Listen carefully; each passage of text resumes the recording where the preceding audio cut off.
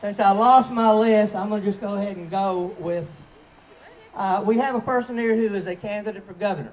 Now, as a 501c3, we cannot endorse a candidate, so don't take this as an endorsement, but I like him. He's coming up here from Dothan. He's a great speaker, and I'm proud to introduce him to you. Please welcome Christopher Countryman.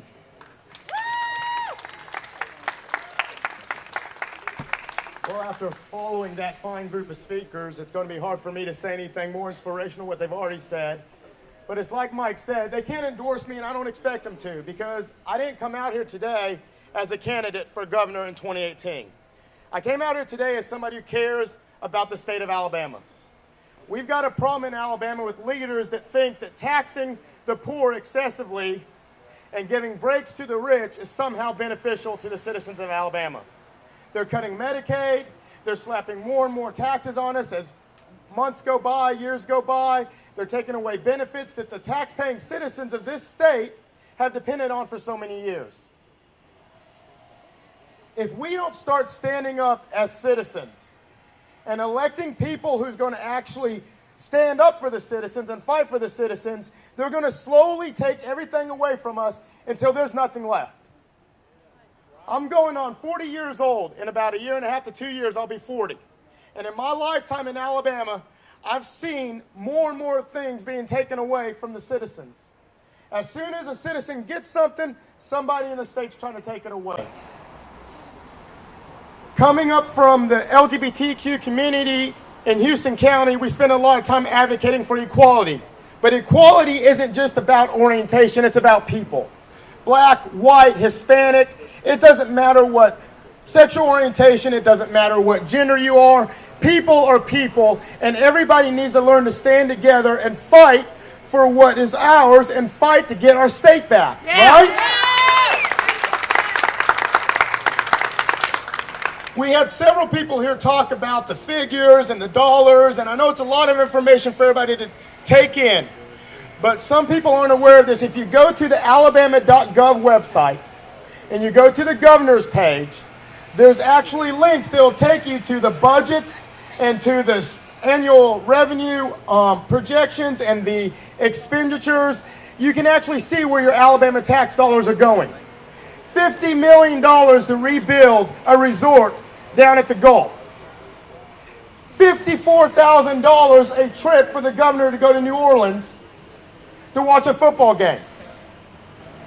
$2,000 was spent on golf clubs by the governor's office. That's where taxpayer dollars are going. And I'm sorry, but my tax-paying dollars is supposed to go to help the taxpayers, not to pad the pocketbooks or to buy golf clubs or to let the governor go on another vacation to a football game.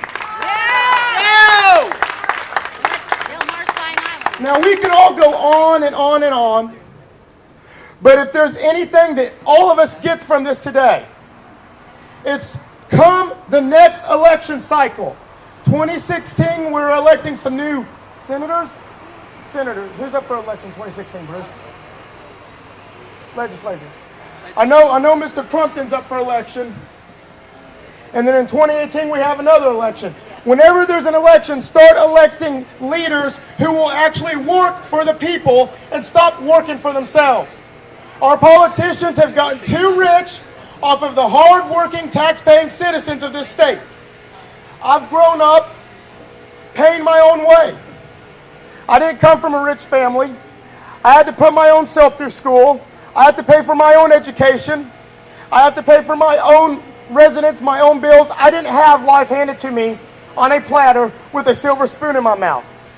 I worked for it like each and every other citizen that's represented here today. And that's why it's important that we start putting people in this building which knows where the citizens are coming from and is going to do whatever it takes to make sure these citizens are taken care of instead of trying to take care of that wallet in our back pocket. Yeah. I want to thank Mike for allowing me to speak here today. We need to get together. We need to fight. We need to be united. Stop worrying about what's different about us. Start looking at what's the same. Can we do that? Yeah. Can we do that in Alabama? looking at the differences and start looking at what we have in common. Yes! Because when we see what we have in common, we'll all see that we're the same people, we're the same brothers, we're the same sisters, and that we need to work together if we're going to really change Alabama. Thank you, Christopher Countryman.